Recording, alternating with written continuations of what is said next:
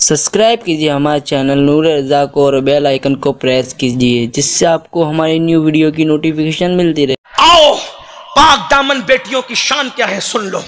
इमाम याफई सरकार मेरे मुर्शिद हुजूर गौस पाक के मुरीदों के मुरीद हैं, बड़े कट्टर कादरी बुजुर्ग इमाम सरकार याफई रहमतुल्लाह अलैह अपनी किताब रौज़ुर रैयाहीन के अंदर एक खूबसूरत वाक़या लिखते हैं, जिसको मैं अपने अल्फाज के जामे में आपकी खिदमत में पेश कर रहा हूं ताकि मेरी तरह कम पढ़े लिखी बहनें भी इस वाक़। इमाम याफई लिखते हैं कि दो दोस्त थे, दो दोस्तों में आपस में मोहब्बत और प्यार था। एक दोस्त की करामत यह थी, दोस्त की करामत कि वो जलते हुए अंगारों में हाथ डाल देता था लेकिन आग उसके हाथ पे असर नहीं करती थी, आग असर नहीं करती थी उसके हाथ पे। तो लोग उससे बहुत पूछते थे, यार तू इतना साहिब करामत आदमी कि आग तेरे हाथ पे असर नहीं करती, वजह क्या है? तो वो कहता था, छोड़ो यार ये एक राज है, इसे राज ही रहने दो। सबने पूछा, ना बताया। एक दिन उसका करीबी कट्टर पक्का दोस्त, बड़ा प्यारा चहीता दोस्त उससे कहता, यार तू सबको नहीं बताता, मुझे तो बताना। आखिर वो दोस्त तो कैसा जो अपने दोस्त से राज को छुपा ले। उसने कहा, यार अगर तू मेरी बात जानना ही चाहता है तो फिर दिल थाम के सुन, ये बहुत बड़ा राज था जिंदगी का जो मैंने सबसे छुपाया लेकिन तुझे बताता हूं। कहा वो क्या? कहा देख, मैं जब जवान था ना, मैं जवानी की दहलीज पे मैंने कदम रखा। देखो जवानी दीवानी होती है, जवानी दीवानी होती। मैं जब जवान था तो जवानी में मेरे पास दौलत थी, हुस्न था और मैं एक मालदार बाप का बेटा था। ये बात तो लड़कों के साथ मैं कल करूंगा इंशाल्लाह जो मुझे कहना है, लेकिन चूंकि आज लड़के नहीं हैं तो मैंने आप ही से गुफ्तगू करनी।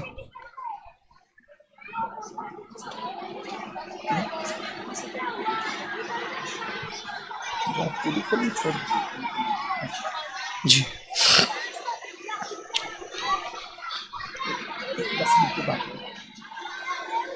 दुरूद शरीफ पढ़। अल्लाहु रब्बु मुहम्मदिन सल्लल्लाहु अलैहि वसल्लम नहनु इबादु मुहम्मदिन सल्लल्लाहु अलैहि वसल्लम सलातुम व सलामुन अलैका या जद्दल हसन वल हुसैन व अला आलिका व अस्हाबिका या जद्दल गौस सकलैन।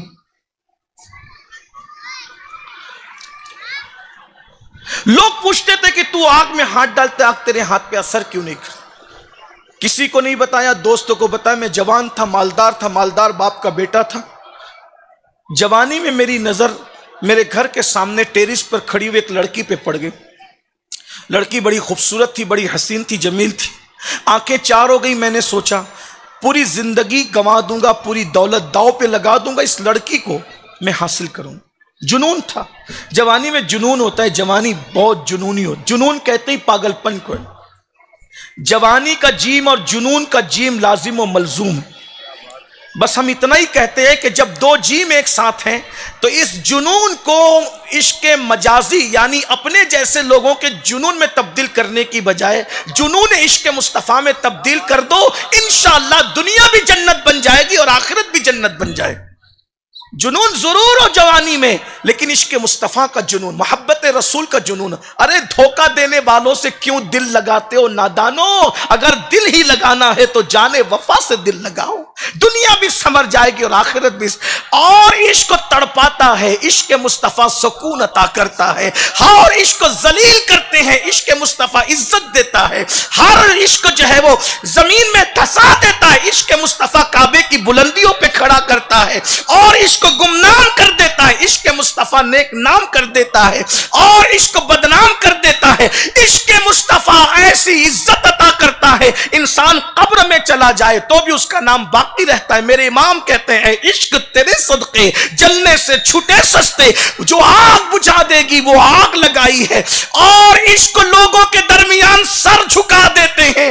इश्क मुस्तफ़ा कब्र में नकीरैन से भी इज्जत वसूल कर लेता है। नकीरैन करते हैं ताज़ीम मेरी, फिदा हो के तुझ पे ये इज्जत मिली है। अल्लाह अकबर। तो वो जवान कहता है, मैं जवान था, खूबसूरत था, हसीन था, मालदार था। लड़की सामने नजर आई, उससे दिल दे बैठा, आंखें चार हो गई। हासिल करने की कोशिश की, लेकिन वो लड़की की तरबियत ऐसे माहौल में हुई थी, मैं जितने भी डोरे डालता था सारे डोरे नाकाम होते। मैं जितनी भी लालच देता था, उसकी तरबियत ऐसे माहौल में हुई थी कि वो लड़की मेरे दामे फरेब में नहीं आती थी, मेरे मक्र में नहीं आती। मैंने बहुत लालच दी, माल की, शादी की, इसकी उसकी उसकी, किसी पे उसकी लाल न टपकी, किसी पे वो नहीं ललचाई। पता है क्यों? जिसे आखिरत की अहमियत पता चल जाती है वो दुनिया पे कभी राल नहीं टपकाता, क्योंकि दुनिया तो खत्म होने, दुनिया बहुत थोड़ी सी, बहुत बेवफा है दुनिया, बहुत बेवफा है। हज़रत बहादुर शाह जफर ने बड़ी हसरत से कहा था, उम्र दराज मांग के लाए थे 4 दिन, 2 आरजू में गुजरे 2 इंतजार में। ये दुनिया है सिर्फ 2 दिन की, और इतने बड़े बादशाह को खुद की जमीन पर कब्र नसीब न हुई। ये दुनिया है, देखें तो से हैं। बहादुर शाह जफर की कब्र अंडमान के जजीरे में है। इतने बड़े अखंड भारत का बादशाह, उसके जनाजे में 50 लोग शरीक न हो। ये दुनिया है, दुनिया से। ताजमहल में जो 200 नाश्तों की डिश लगाया करता था, उसके जनाजे में 50 लोग नहीं थे। और बहादुर शाह जफर की जिंदगी का जो आखिरी दिन था, फटी हुई टोपी थी, खादी का कुर्ता था और मैले कपड़े थे। और जब अंग्रेजों से वो आखिरी मुकद्दमा लड़ रहे थे तो जबान कुछ बोल रही थी, हाथ इशारे कुछ कर रहे थे, यानी हाथ भी इशारों से साथ नहीं दे रहे थे। क्यों? इसलिए कि उस दिन बहादुर शाह इतना भूखा था कि भूख की वजह से उसकी अकल काम नहीं कर। ये दुनिया है। किस दुनिया पे ललचा रहे हो? किस रोटी कपड़े मकान पे ललचा रहे हो? थोड़ा ख्याल कर लो। दुनिया किसी के साथ, हुजूर से लिपट जाओ, हुजूर के कदमों से लिपट जाओ। सब कुछ अपना ही अपना है। हुजूर सब कुछ है अल्लाह के बाद, बाद अज खुदा बुजुर्ग तुई किस्सा मुख्तसर। उनसे लिपट जाओ, उनके मजहब को छोड़ कर न जाओ, उनका घर छोड़ कर न जाओ। ये इस्लाम उनका घर है, इसी से लिपट करके रहो। ठोकरे खाते फिरोगे, उनके दर पे पड़ रहो काफिला तो ए रजा। अव्वल गया आखिर गया, और मेरे इमाम कहते फिर के गली गली तबाह। ठोकरें सबकी खाएं क्यों, दिल को जो अक्ल दे खुदा तेरी गली से जाएं क्यों। रुखसते काफिला का शोर गश से हमें उठाएं क्यों, सोते हैं उनके साए में कोई हमें जगाएं क्यों। अल्लाह अकबर। वो कहता है कि माल था, दौलत थी, सब था, मैंने लड़की को हासिल करने की कोशिश की, लेकिन वो लड़की मेरे दामे फरेब में बिल्कुल ना आई। बिल आखिर उसकी शादी हो गई, उस पाक दामन नेक लड़की की शादी हो गई तो हमारे इलाके में कहत आ गया तो हर गरीब मालदारों के दरवाजे पर भीख मांगने के लिए खड़ा हो गया। मेरे बाप ने मुझसे कहा, बेटा अल्लाह ने हमें माल दिया, दौलत दिया है, तुम गरीबों में माल तकसीम कर दो। कोरोना में आपने देखा ना गरीबों का क्या हाल हुआ था, गरीब क्या मालदारों का क्या हाल हुआ था, आपने देखा। उस जमाने में कहत था, हर गरीब मालदार के दरवाजे पे खड़ा था। वो नौजवान अपने दोस्तों को वाकया सुनाते हुए कहता है कि मैंने देखा कि कतार में जो लोग लगे हुए थे, उस कतार के अंदर, उस क्यू के अंदर वो लड़की भी लगी हुई थी जिससे मैं प्यार करता। बहुत अरसे बाद वो लड़की दिखी तो मैंने सोचा आज इसकी गुर्बत का मैं भरपूर फायदा उठाऊंगा, आज इसकी गुर्बत का मैं भरपूर फायदा उठाऊंगा, आज इसकी मजबूरी का मैं भरपूर फायदा उठाऊंगा। और मैंने अपने नौकरों से कहा तुम इन सबको तकसीम करो। वो लड़की को लेके मैं कमरे में आया और लड़की से कहा, लड़की तू क्यों आई है? उसने कहा कि मैं बेवा हो गई हूं, 3 मेरे बच्चे हैं और तीनों बच्चे छोटे छोटे हैं। मेरे बच्चे भूख से बिलक और तड़प रहे हैं, तो मैं बच्चों की वजह से तेरे दरवाजे पर आई हूं कि तू लोगों को भीख दे रहा है तो मुझे भी दे दे। वो नौजवान कहता है मुझ पर शैतान गालिब आया और मैंने लड़की से कहा तू जो कहेगी मैं दूंगा, दौलत में तुझे तौल दूंगा, अनाज क्या तुझे दौलत में तौल दूंगा। बस एक काम कर, अपना जिस्म मुझे सौंप दे ताकि मैं उससे लुत्फ अंदोज हो जाऊं। यानी उसने ज़िना की पेशकश की, बदकारी की पेशकश की। पता है वो लड़की गरीब थी मगर बेगैरत नहीं थी।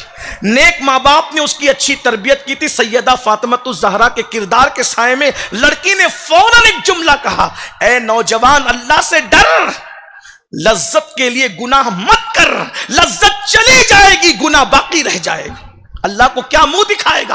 अरे सारे दरवाजे तेरे घर के बंद हैं, लेकिन एक दरवाजा अल्लाह और बंदे के दरमियान जो खुलता है उस दरवाजे को तू बंद नहीं कर सकता, कोई बंद नहीं कर सकता। उसने कहा अगर तू अपना जिस्म मुझे नहीं सौंपेगी, मेरे साथ बदकारी नहीं करेगी, मैं तुझे कुछ नहीं दूंगा। उस लड़की ने कहा कुछ नहीं देते हो तो मैं आबरू बेचकर तो अनाज कमा नहीं सकती, रोटी कमा नहीं सकती। वो वापस क्या हुई, उसके छोटे छोटे बच्चे बिलक रहे थे, उसके छोटे छोटे बच्चे तड़प रहे थे। नन्हे बच्चों को मां थी, तड़पता नहीं देख सकती थी। मां मां होती है, मां की ममता होती है। एक मां अपने लिए सब कुछ कुर्बान कर देती है। अल्लाह अकबर। मेरी बहनों, मैं तुम्हें क्या ममता सिखाऊं, तुमसे ज्यादा ममता कौन जाने, क्योंकि तुम मां हो। मैं किस तरीके से तुम्हें ममता बताऊं। मां अगर मुर्गी होती है तो भी बच्चों से प्यार करती है, चिड़िया होती है तो भी बच्चों से प्यार करती है। अरे मां अगर वहशी कुतिया होती है तो भी अपने बच्चों से प्यार करती है। मां अगर अशरफुल मखलूकात रसूलुल्लाह की उम्मत में हो तो वो मां अपने बच्चों से कितना प्यार करती होगी। उस मां ने अपने बच्चों को बिलकता और तड़पता देखा। मां से रहा न गया, घर से ये सोच करके निकली बच्चों की जान बचाना है तो आबरू का सौदा कर लूं, बाद में तौबा कर लूंगी। याद रखना, ये शैतान का बहुत बड़ा मक्र और फरेब है। इस तरह इंसान से गुनाह करवाता है कि चलो अभी गुनाह कर लो, बाद में तौबा कर लेंगे। सुन लो, बाद में गुनाह करने की मोहलत पर तो गुनाह ना, बाद में तौबा करने की मोहलत पर गुनाह मत करो। किसने कह दिया कि गुनाह के बाद तौबा की मोहलत भी मिलेगी? अगर गुनाह करते करते मौत आ गई तो क्या बनेगा हमारा? ये दुनिया तो 2 दिन की है, जो आखिरत हमेशा रहने वाली है। वल आखिरतु खैरुम व अबका। आखिरत हमेशा रहने वाली है और बेहतर है। आखिरत बर्बाद हो जाएगी, आखिरत तबाह हो जाएगी। मेरी बहनों, उस लड़की ने ये सोच करके चलो अभी रोटी हासिल करने के लिए गुनाह कर लो, बाद में तौबा कर लेंगे। लेकिन जैसे उसके पास है, उसने कहा क्या अपना जिस्म दे दोगी? जबान से हां निकलने से पहले बदन लरस गया, क्योंकि वो जानती थी अल्लाह देख रहा है। इन्नल्लाह काना अलैकुम रकीबा। अल्लाह देख रहा है, अल्लाह देख रहा है, उसका तसव्वुर था। कांप गई। और उसके बाद जब उस मर्द ने कहा कि तू जो कहेगी मैं देने तैयार हूं, बस इतना कि अपना जिस्म दे दे, उसने उस शख्स से कहा खबरदार, अच्छी तरह याद रख, मैं आबरू दे करके बच्चों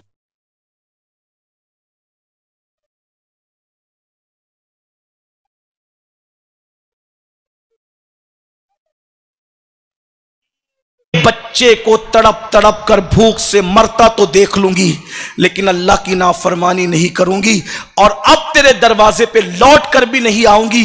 ये कहकर वो लड़की जैसे ही पलट करके गई, अल्लाह ने इसका दिल बदल दिया। याद रखना, अल्लाह का वादा है जो मुझसे डर के गुनाह छोड़ दे, मैं उसे ऐसी जगह से रिस्क देता हूं जहां उसका गुमान भी नहीं जाता।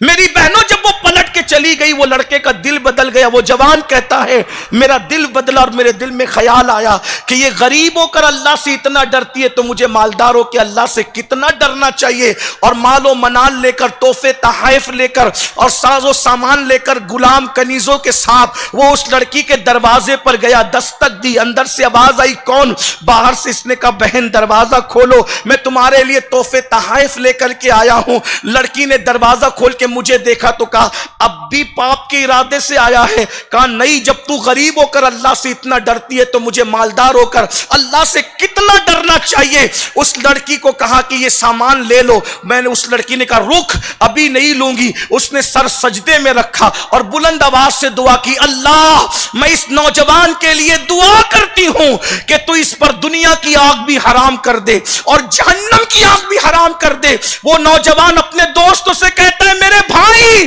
उस मुत्तकी पाक दामन लड़की की दुआ का नतीजा है कि जिस दिन से उसने दुआ की है मैं आग में हाथ डाल देता हूं, आग मेरे हाथ पे असर नहीं करती। जब अल्लाह ने दुनिया की आग मुझ पे हराम कर दी है, उम्मीद है कि इंशाअल्लाह मुझ पर जहन्नम की आग भी हराम हो गई होगी। मेरी बहनों देखो, इज्जत बचाने वाली नौजवान लड़की अगर किसी आवारा लड़के को दुआ दे दे तो उसको करामत मिल जाती है। खुद उसकी अपनी लड़की की करामतों का हाल क्या होगा, खुद उसके अपने मकाम और मर्तबे का हाल क्या होगा। इसलिए मैं इस सुन्नी इज्तिमा में अपनी बहनों से, बेटियों से कहता हूं, सब कुछ कुर्बान कर देना। 2 चीजें बचा लेना, दुनिया और आखिरत सब समर जाएगी। एक ईमान बचा लो और एक इज्जत बचा लो, दुनिया भी कामयाब है और आखिरत भी कामयाब है इंशाअल्लाह तबारक व ताला।